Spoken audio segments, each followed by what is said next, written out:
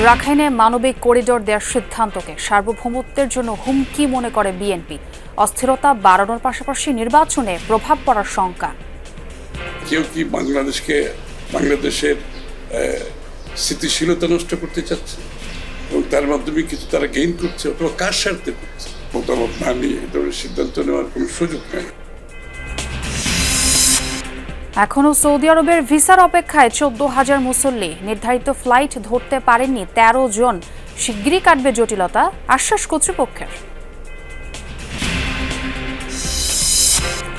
চাঁদপুরের 70 কিলোমিটার সড়কের বেহাল অবস্থা। প্রতিনিয়তই ঘটছে ছোটখাটো দুর্ঘটনা, যাত্রী ভোগান্তি চরমে।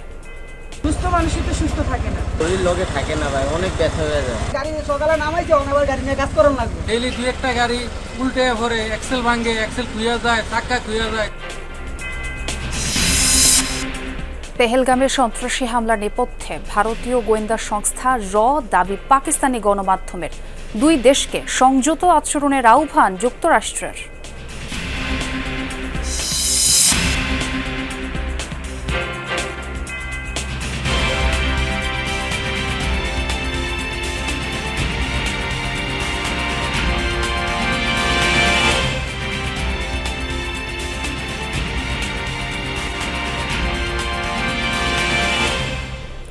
আমন্ত্রণ যমুনা নিউজে, আপনাদের সঙ্গে আছে আমি ছোয়া খন্দকার। এতক্ষণ শিরোনাম দেখছিলেন।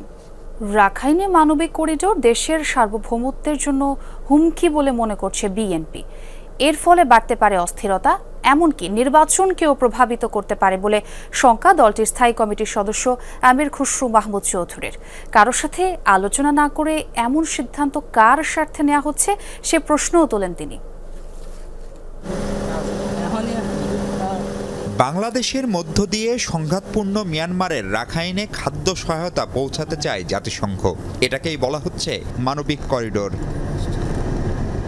জাতিসংঘ মহাসচিবের ঢাকা সফরেই এ নিয়ে আলোচনা হয়। সম্প্রতি এ বিষয়ে সরকারের অবস্থান জানান পররাষ্ট্র উপদেষ্টা। আমি এটুকু আপনাদেরকে বলতে পারি, নীতিগতভাবে আমরা এটা সম্মত, কারণ এটা হিউম্যানিটেরিয়ান একটা প্যাসেজ হবে, কিন্তু এটার কিছু আমাদের কিছু শর্তাবলী আছে। প্রধান উপদেষ্টার প্রেস সচিব ভিন্ন কথা বললেও জাতীয় নিরাপত্তা উপদেষ্টা করিডোরের প্রস্তাবে সমর্থনের কথা জানিয়েছেন আন্তর্জাতিক গণমাধ্যমে। জাতিসংঘ অবশ্য বলছে বাংলাদেশ ও মিয়ানমার দুদেশের সম্মতি ছাড়া এটি করার সুযোগ কম।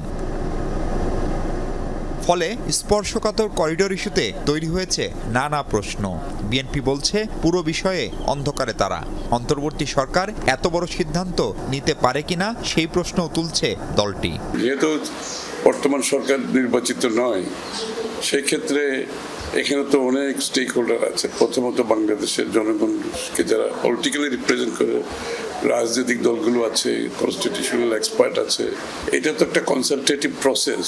মতামত না নিয়ে এ ধরনের সিদ্ধান্ত নেওয়ার কোনো সুযোগ নেই। এখানে গুরুত্বপূর্ণ সিদ্ধান্ত নিতে হলে একটা জাতীয় ঐক্যেরও প্রয়োজন আছে এখানে। সংঘাতপূর্ণ মিয়ানমারের রাখাইনে চীন ও ভারত ছাড়াও যুক্তরাষ্ট্র, এমনকি রাশিয়ারও স্বার্থ জড়িত। জান্তা সরকারকে ঠেকিয়ে আরাকান আর্মির নিয়ন্ত্রণে রাজ্যটি। এমন অবস্থায় করিডোরের বহুমাত্রিক ঝুঁকি মনে করিয়ে দেন এই বিএনপি নেতা। নন স্টেট অ্যাক্টরের সাথে যেতে গেলে এখানে তো যুদ্ধরত অবস্থা চলছে। ওখানে প্রতিনিয়ত করিডোরটা কারা সিকিউর করবে, তারা কোনো যুদ্ধে কোনো কনফ্লিক্টে জড়িয়ে পড়তেছে কিনা, এটা একটা বিশাল ব্যাপার। এবং সেই ধরনের একটা সিরিয়াস এরকম একটা জাতিকে ঠেলে দেওয়া একটা ওখানে অবস্থা। আমির খসরু বলছেন গাজা ও ইউক্রেনের মানবিক করিডোর শেষ পর্যন্ত সামরিক করিডোরে পরিণত হয়। কার স্বার্থে, কে বা কারা কেন এমন উদ্যোগ নিচ্ছে তা নিয়েও সন্দিহান দলটি। দেশ যেখানে একটা আগামী দিনে গণতান্ত্রিক প্রক্রিয়া দিকে যাচ্ছে নির্বাচনের মাধ্যমে, এই সময় এই ধরনের এই বিষয়গুলো যখন উঠে আসে তখন তো আরো অনেক প্রশ্ন জাগে। তাহলে কেউ কি বাংলাদেশের স্থিতিশীলতা নষ্ট করতে চাচ্ছে এবং তার মাধ্যমে কিছু তারা গেইন করছে অথবা কার স্বার্থে করছে, বিষয়গুলো তো পরিষ্কার হওয়া দরকার। আমার দেশের স্বাধীনতা সার্বভৌমত্বের ঝুঁকি এখানে। তারপরে তো আর এখানে যারা নন স্টেট অ্যাক্টর আছে এখানে, আর যারা এটা সুযোগ সুবিধা নেওয়া, তার তো সুবিধা নেবেই। 2017 সাল থেকে নতুন করে প্রাণ ভয়ে পালিয়ে আসা 10 লক্ষাধিক রোহিঙ্গা নিয়ে সংকটে বাংলাদেশ। ফেরতের আশা নিরাশার মাঝে এই সরকারের কয়েক মাসে নতুন করে রোহিঙ্গা এসেছে প্রায় 1.5 lakh. Mahfuz Mishu, Jamuna News, Dhaka. Air ambulance পেলে রোববারই দেশে ফিরছেন বিএনপি চেয়ারপারসন খালেদা জিয়া। অন্যথায় ৫ মে সোমবার বেলা ১১টায় বাংলাদেশ বিমানের একটি ফ্লাইটে আসবেন তিনি। সঙ্গে আসতে পারেন বড় ছেলে তারেক রহমানের স্ত্রী ডাক্তার জোবায়দা রহমান সহ বেশ কয়েকজন। দলের পক্ষ থেকে বলা হচ্ছে, বিএনপি চেয়ারপারসনের শারীরিক অবস্থা স্থিতিশীল হলেও বিপদমুক্ত নয়, তাই এয়ার অ্যাম্বুলেন্সে করে তাকে দেশে আনার চেষ্টা করা হচ্ছে।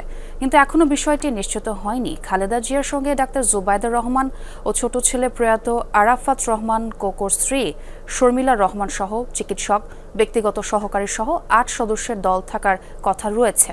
গত ৮ জানুয়ারি উন্নত চিকিৎসার জন্য কাতারের আমিরের পাঠানো বিশেষ এয়ার অ্যাম্বুলেন্সে যুক্তরাজ্যে চিকিৎসার জন্য যান বিএনপি চেয়ারপারসন খালেদা জিয়া। হজ যাত্রায় এখনও ভিসা হয়নি ১৪,৩৪৯ জনের। সৌদি আরবের ওয়েবসাইট নুসুকের আপডেট কার্যক্রম চলার কারণেই এ জটিলতা তৈরি হয়েছে। সকালে হজ অফিস থেকে তথ্য জানানো হয়, হজ অফিস জানায় ভিসা জটিলতায় এখন পর্যন্ত আটকে আছেন ১৩ জন। তবে ভিসা না হওয়ায় যেসব হজযাত্রী নির্ধারিত ফ্লাইটে যেতে পারছেন না, পরবর্তীতে তাদের টিকিট রি-ইস্যুর ক্ষেত্রে আর কোনো টাকা দিতে হবে না।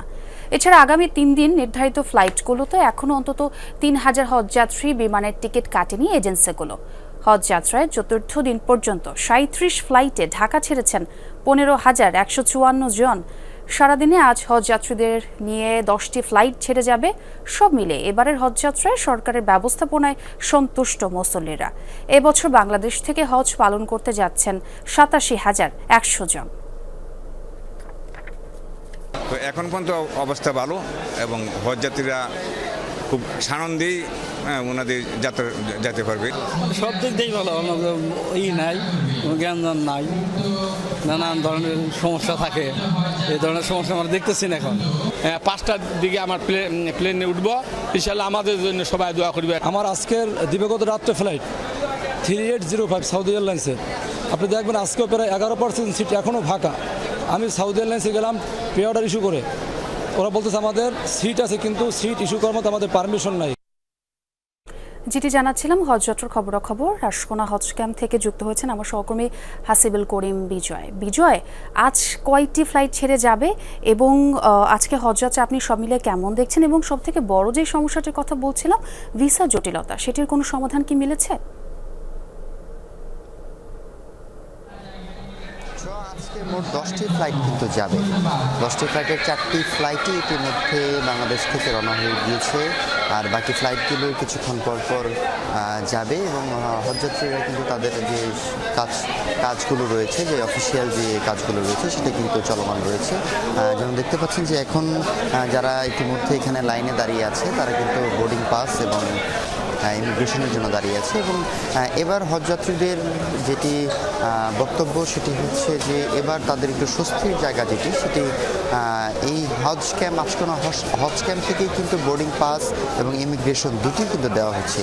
ফলে এয়ারপোর্টে যে তাদের বাড়তি কোনো সময় তাদের এয়ারপোর্টে অপেক্ষা করতে হচ্ছে না এবং তারা সরাসরি এখান থেকে কিন্তু বিমানে উঠতে পারছে। তবে আমরা যেমনটি লক্ষ্য করতে পারছি প্রত্যেকটি ফ্লাইটেই কিন্তু কিছু না কিছু সিট ফাঁকা যাচ্ছে। আবার একদিকে যেমনটি দেখতে পাচ্ছি যে ভিসা জটিলতা রয়েছে এবং আপনি যেমনটি বলছিলেন যে ভিসা জটিলতায় কিন্তু আজকে পর্যন্ত 13 জন এখন পর্যন্ত আটকে আছে এবং অনেকেরই এখন পর্যন্ত ভিসা হয়নি। এখন প্রায় 14,000-এর মতো মানুষের এখন পর্যন্ত ভিসা হয়নি। তবে হজ অফিস বলছে যে খুব দ্রুতই এই কাজগুলো শেষ হয়ে যাবে এবং সরকারের পক্ষ থেকে যেমনটি বলা হচ্ছে যে হজ অফিস আমাদের যেমনটি জানাচ্ছে, তারা বলছে যে এই ভিসা জটিলতা নিরসনের জন্য সরকার কিন্তু যথেষ্ট চেষ্টা করছে এবং সৌদি আরবের সাথে সরাসরি তারা যোগাযোগ করার চেষ্টা করছে এবং একটি চিঠিও পাঠিয়েছে এবং যত তাড়াতাড়ি সম্ভব তারা এই ভিসা জটিলতা আসলে শেষ করবে, এমনটাই আমরা জানতে পেরেছি। জি বিজয়, ধন্যবাদ আপনাকে সেই খবরাখবর জানানোর জন্য। ঢাকার বসিলা এলাকায় ট্রাকের ধাক্কায় সিএনজি অটোরিকশার এক চালক নিহত হয়েছেন। আহত হয়েছেন 2 যাত্রী। বৃহস্পতিবার রাতে বসিলা ব্রিজে এই দুর্ঘটনা ঘটে। পুলিশ জানায় রাত 8:30টার দিকে ট্রাক ও অটোরিকশার মুখোমুখি সংঘর্ষ হয়। নিহত অটোরিকশা চালকের নাম সাদেকুল ইসলাম। আহত 2 জন প্রাথমিক চিকিৎসা নিয়েছেন। নিহত সাদেকুলের স্বজনরা জানান হাসপাতালে নেওয়ার আগেই মৃত্যু হয় সাদেকুলের। তার গ্রামের বাড়ি গাইবান্ধার সাদুল্লাপুর উপজেলায়। পরিবারের একমাত্র উপার্জনক্ষম ব্যক্তি ছিলেন তিনি।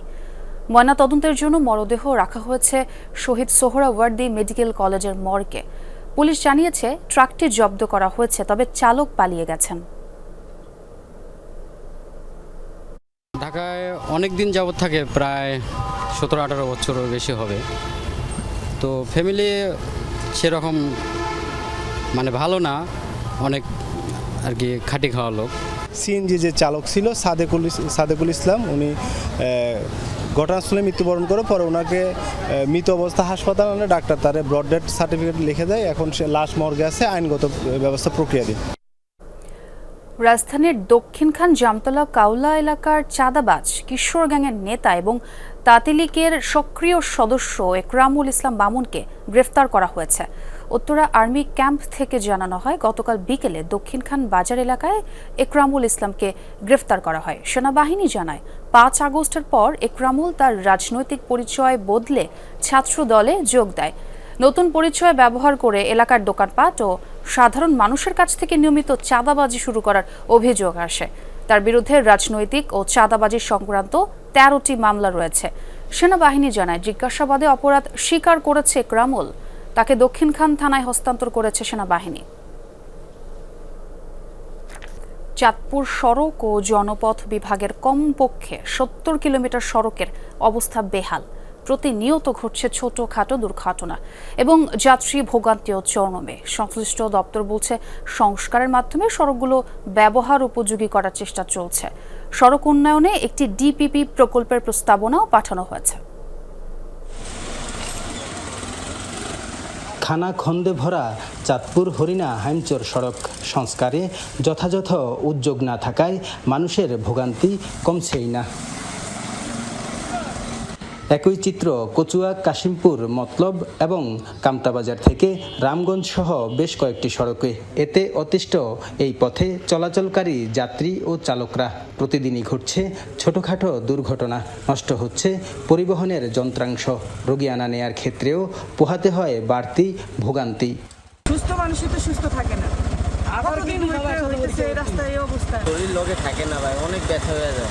আমার থেকে কাজেই বেশি ডাল হয়ে যেতেছে। দৈনিকে যাওয়ার গাড়ি সকালে নামাইছে, আবার গাড়ি নিয়ে কাজ করার লাগবে। ডেইলি 2-1টা গাড়ি উল্টে পড়ে, এক্সেল ভাঙে, এক্সেল খুইয়া যায়, চাক্কা খুইয়া যায়। সংশ্লিষ্ট দপ্তর বলছে, এসব সড়কে ক্ষুদ্র মেরামতের কাজ চলমান রয়েছে, তবে এতে সড়ক স্বাভাবিক হওয়ার সুযোগ কম। এজন্য 4টি সড়ক উন্নয়নে একটি ডিপিপি প্রকল্প প্রস্তাবনা বাস্তবায়নের অপেক্ষায় রয়েছেন তারা। মিটিং প্ল্যানিং কমিশনে হয়ে গেছে এবং রিকাস্ট করে আমরা ডিপিপিটা পাঠানো হয়েছে। এই ডিপিপিটার উপরে আমাদের যে জনবল কাঠামো, এই জনবল কাঠামো অ্যাপ্রুভালের জন্য সেটা অর্থ মন্ত্রণালয়ে প্রেরণ করা হয়েছে এবং রিসেন্টলি আমাদের ওইটার উপরে একটা কোয়ারি আসছে, সেটার এনভায়রনমেন্ট একটা রিপোর্ট ইআইএ করে পাঠানোর জন্য বলা হয়েছে। আমরা ইআইএ রিপোর্টটা দ্রুত পাঠানোর ব্যবস্থা করতেছি। স্থায়ী প্রকল্পের মাধ্যমে দ্রুত সময়ের মধ্যে সড়কে সংস্কার কাজ করার তাগিদ জেলাবাসীর। কাদের পলাশ, যমুনা নিউজ, চাঁদপুর। জামালপুরে একই নদীতে 1 কিলোমিটারের ব্যবধানে 2টি বাঁধ দিয়েছে এলাকাবাসী। এটা পুরোপুরি বন্ধ দর্শানের পানি প্রবাহ। ভাঙনের টেকসই সমাধান ছাড়া বাঁধ টিকিয়ে রাখার হুঁশিয়ারি তাদের। এতে উজানের ফসলের জমি তলিয়ে যাওয়া সহ বর্ষায় আরও ক্ষতির শঙ্কা নদী রক্ষা কমিশনের। স্বেচ্ছায় বাঁধ না সরালে আইন অনুযায়ী ব্যবস্থা নেওয়ার কথা বলছে প্রশাসন।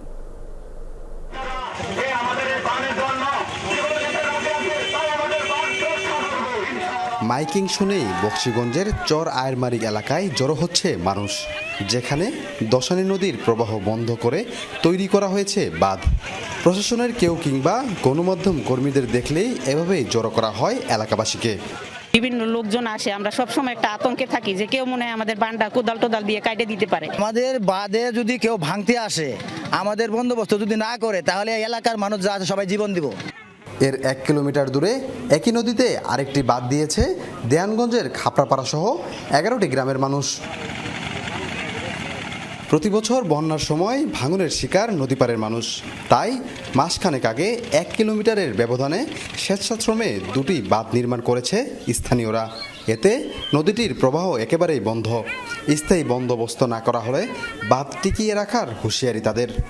পানি খুব দ্রুতভাবে আসার কারণে দেখা গেছে 30-40টা ঘর বাড়ি আঙ্গর ভেঙে পয়মাল হয়ে গেল।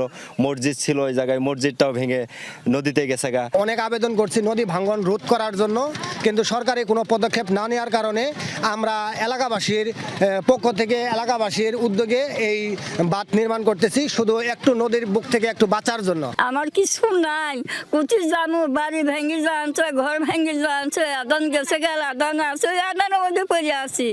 বাঁধের কারণে উজানে ডুবছে ফসলি জমি।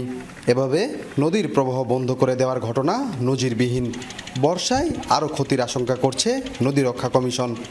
নদীকে বাঁচানোর স্বার্থে নদীকেন্দ্রিক সভ্যতা রক্ষায় যদি এখন থেকে আরও সচেতন না হয়, তাহলে ভবিষ্যৎ আমাদের খুব পরিণতি ভয়াবহ। স্থানীয় প্রশাসনের কর্মকর্তারা ঘটনাস্থলে গিয়ে দফায় দফায় স্থানীয়দের সাথে বৈঠকও করেছেন, তবে তা ফলপ্রসূ হয়নি। এখন আইন অনুযায়ী ব্যবস্থা নেওয়ার কথা বলছে প্রশাসন। ভাঙনের ব্যাপারে আমরা একটা রিপোর্ট পাঠিয়েছি এবং আগামী বর্ষা মৌসুমে এমার্জেন্সি বেসিসে আমরা ওখানকার যথাসম্ভব প্রোটেকশনের ব্যবস্থা করব। তারা যে এই বাঁধটি নির্মাণ করেছে এই দশানী নদী শাখা নদীর উপর, এটা সম্পূর্ণ বেআইনি হয়েছে, তারা নিজেরা স্বীকার করেছে এবং তারা নিজেরাই এটা তুলে নেবে বলে স্যারকে কমিটমেন্ট দিয়েছে। 35 কিলোমিটারের এই নদীটি জামালপুরের জিঞ্জিরা নদী থেকে উৎপত্তি হয়ে শেরপুরের পুরাতন ব্রহ্মপুত্র নদে গিয়ে মিলেছে। সাগর ফরাজি, যমুনা নিউজ, জামালপুর। লাগাতার অষ্টম রাতের মতো নিয়ন্ত্রণ রেখা বা LOCতে গোলাগুলি হয়েছে ভারতীয় ও পাকিস্তানি সেনাদের মাঝে। বৃহস্পতিবার মধ্যরাতে কুপওয়ারা, বারামুল্লা, পুঞ্চ, নওশেরা ও আখনুরের বিভিন্ন এলাকায় চলে পাল্টে গুলিবর্ষণ। এতে হতাহতের কোনো তথ্য পাওয়া যায়নি। শুক্রবার এক প্রতিবেদনে বিষয়টি জানায় ভারতীয় গণমাধ্যমগুলো। অভিযোগ, সীমান্তে প্রথম গুলি চালায় পাক সেনারা, জবাবে পাল্টা গুলি ছোড়ে ভারতীয় সেনারা। গেল সপ্তাহে ভারত নিয়ন্ত্রিত কাশ্মীরের পেহেলগামে সন্ত্রাসী হামলা নিহত হন 26 জন, যার জেরে ব্যাপক উত্তেজনা ছড়ায় প্রতিবেশী দুদেশের সম্পর্কে। এরপর দুপক্ষের মধ্যে নিয়মিত হচ্ছে গোলাগুলি। পেহেলগামের সন্ত্রাসী হামলার নেপথ্যে রয়েছে ভারতীয় গোয়েন্দা সংস্থা র, এমন দাবি করেছে পাকিস্তানের রাষ্ট্রীয় গণমাধ্যম টেলিগ্রামে ফাঁস হওয়া এক গোপন নথির বরাত দিয়ে এমন দাবি করেছে PTV। তবে ওই নথি আসল কিনা তা যাচাইয়ের বিষয়ে কিছু জানানো হয়নি। প্রতিবেদনে বলা হয়, পেহেলগামের ওই ঘটনাকে অমুসলিমদের ওপর চালানো হামলা হিসেবে প্রচারে সুস্পষ্ট নির্দেশ দেওয়া হয়। এমনকি পাকিস্তানি গোয়েন্দা সংস্থাকে জড়িয়ে প্রোপাগান্ডা ছড়াতে ভুয়া অ্যাকাউন্ট ব্যবহারের পরিকল্পনার কথাও উল্লেখ রয়েছে ওই নথিতে। কাশ্মীরে হামলার পর থেকেই দুদেশের গণমাধ্যমে উত্তেজনার তুঙ্গে। পাকিস্তান ও ভারত দুদেশের গণমাধ্যমেই প্রোপাগান্ডা ছড়ানোর অভিযোগ উঠেছে। সন্ত্রাসী হামলার জবাব দিতে যেয়ে আঞ্চলিক যুদ্ধ যেন না বাধে সে বিষয়ে ভারতকে আহ্বান জানালেন মার্কিন ভাইস প্রেসিডেন্ট JD ভ্যান্স। একই সাথে পাকিস্তানকে দায়িত্বশীল আচরণের অনুরোধ জানান তিনি। বৃহস্পতিবার ফক্স নিউজকে দেয়া এক সাক্ষাৎকারে ভারত পাকিস্তান ইস্যুতে কথা বলেন JD ভ্যান্স। জানান, দুই পারমাণবিক শক্তিধর রাষ্ট্রের উত্তেজনা ঘিরে চিন্তিত যুক্তরাষ্ট্র। এর আগে ভারতীয় প্রতিরক্ষা মন্ত্রীর সাথে ইস্যুতে ফোনালাপ করেন মার্কিন প্রতিরক্ষা মন্ত্রী পিট Hegseth. That's how we hope this unfolds. We're obviously in two nuclear powers. We've obviously been in close contact with our friends. দুই পারমাণবিক শক্তিধর দেশের মধ্যে উত্তেজনাকর পরিস্থিতি নিয়ে আমি চিন্তিত। আমাদের ভারত পাকিস্তানের বন্ধুদের সাথে যোগাযোগ রয়েছে। আশা করি ভারত এমনভাবে এই সন্ত্রাসী হামলার জবাব দেবে যে কোনো বৃহত্তর আঞ্চলিক সংঘাতে না পরিণত হয়। এটাও প্রত্যাশা পাকিস্তান যাতে দায়িত্বশীলভাবে সহযোগিতা করে। যুক্তরাষ্ট্রের জাতীয় নিরাপত্তা উপদেষ্টার পদ থেকে হটানো হলো মাইক ওয়ালসকে। এবার থেকে জাতিসংঘের মার্কিন দূত হিসেবে তিনি কাজ করবেন। জাতীয় নিরাপত্তা উপদেষ্টা পদে কেউ স্থলাভিষিক্ত না হওয়া পর্যন্ত দায়িত্ব সামলাবেন মার্কিন পররাষ্ট্রমন্ত্রী মার্কো রুবিও। বৃহস্পতিবার সামাজিক যোগাযোগ মাধ্যমে সিদ্ধান্তের কথা জানান মার্কিন প্রেসিডেন্ট ডোনাল্ড ট্রাম্প। অবশ্য ঠিক কী কারণে এর রদবদল সেটি খোলাসা করেননি তিনি। সম্প্রতি ইয়েমেনে হামলার জন্য খোলা গোপন গ্রুপ চ্যাটে ভুলবশত সাংবাদিককে যুক্ত করেন মাইক ওয়ালস। ফাঁস হয় স্পর্শকাতর নানা তথ্য, যা ঘিরে ব্যাপক তোলপাড় শুরু হয় যুক্তরাষ্ট্রে। তোপের মুখে পড়ে ট্রাম্প প্রশাসন।